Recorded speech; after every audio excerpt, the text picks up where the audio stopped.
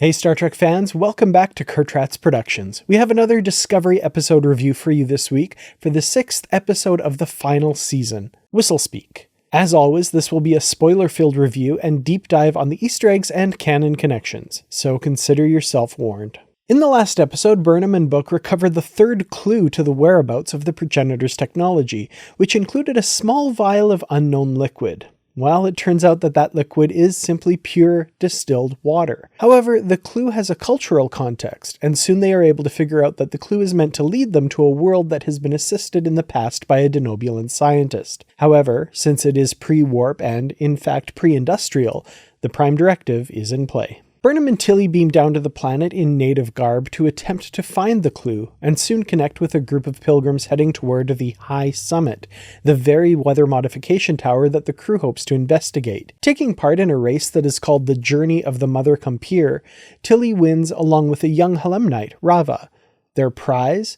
Entry into the High Summit to commune with the gods. However, this communion requires that their lives are sacrificed, something that Tilly and Burnham didn't know going in.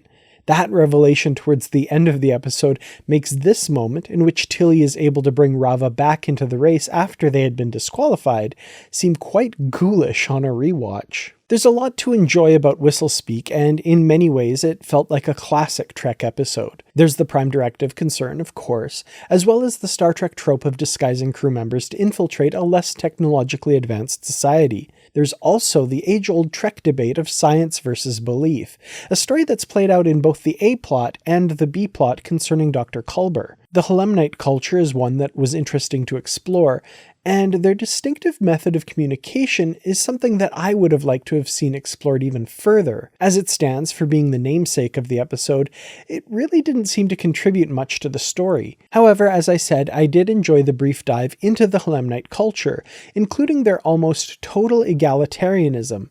So much so that when Rava claims to be the strongest and fastest, their father chastises them for minimizing the contributions of others in their society. There are some great moments in this episode, including an awkward Adira dealing with their first taste of bridge duty, a position granted to them by Commander Raynor in a show of faith in their ability. Rava's father, Obaz, shines in this episode with the obvious love and concern he has for his child, in conflict with his duty as a priest of his people. The sequence near the end, where Rava and Tilly are trapped in the tower with the air slowly dwindling, and Burnham has to convince Obaz to open it to release them, was truly touching. It's obvious that he desperately wants to have an excuse to save his child, but fears the wrath of both his gods and his people if he does so. Great guest star turns by the actors playing both Obaz and Rava in this episode. I mentioned the B-plot with Culber earlier, and I do have to admit that I'm still having a little bit of trouble connecting with what he is going through. His experience of what one might call the divine in the aftermath of his experience with the Trill Jantara ritual is, however,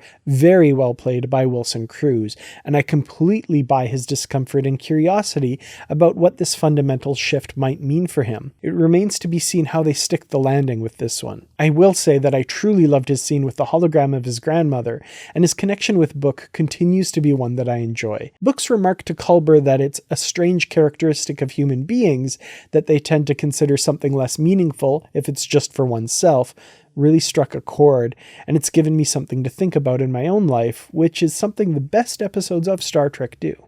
Other little bits I enjoyed in Whistlespeak, the continued enigma that is Dr. Kovich is always a delight. I loved his pride in owning a genuine 21st century legal pad, a fun quirk to add to his character. Tilly also adds a lot to this episode, and whenever she is on screen, it is always a delight. However, I will say that this being the third episode in a row with no Saru has me a little bit upset. I miss Tug Jones. All in all, a strong episode that harkens back to classic Trek ideas, and one that I very much enjoyed, albeit with a few drawbacks. Now for the Easter eggs and references in Whistlespeak. Mull and Locke, after featuring heavily in the last episode, are someone else's problem this week. Specifically, the USS Lockerer is assigned to track them down. We saw the Lockerer a couple of weeks ago in the episode Janal. This vessel is named in honor of J.P. Lockerer, a camera operator for Star Trek Discovery, who sadly passed away in 2022. We see the list of scientists involved in hiding the progenitor's technology. Janal Bix, Carmen Cho, and Velik are all accounted for already in previous episodes. This episode's clue was planted by Hitoroshi Creel, a Denobulan. Denobulans were first introduced via the character of Dr. Phlox in the series Enterprise. In this episode, we learn that they are active terraformers and are heavily involved in weather modification. The last scientist on the list whom we haven't yet heard from is a Betazoid, Marina Derricks. Her first name is likely an homage to Marina Sirtis, who played the half-Betazoid Deanna Troi in Star Trek The Next Generation. When Burnham finds the control console for the weather tower, it appears to utilize isolinear chips, an ancient technology by 32nd century standards, but since the tower is likely built in the 24th century, this makes sense. The latch that Obaz uses to open the chamber reminds me of the latches used to release the main deflector dish of the Enterprise E in Star Trek First Contact. Again, since this technology comes from around the same time period, it makes visual sense to me. And finally, I want to call out Book for playing a game that looks an awful lot like asteroids in the shuttlecraft. I loved that to him, a holodeck ship doesn't seem real, but he's playing what looks to our eyes, and certainly to someone in the 32nd century, as very old, rudimentary graphics. I'm not complaining. In fact, I thought the sequence was very cool. Maybe akin to someone today choosing to play chess instead of Red Dead Redemption or Vermintide. Well, those were my thoughts on this week's Discovery episode, Whistle Speak. What did you think? Please sound off in the comments below. Thanks as always to the Patreon supporters, and thanks to everyone who watches my videos. It is very much appreciated. Next week, it looks like Discovery is off to deal with Maul and Locke. I hope you'll join me then. As always, live long and prosper.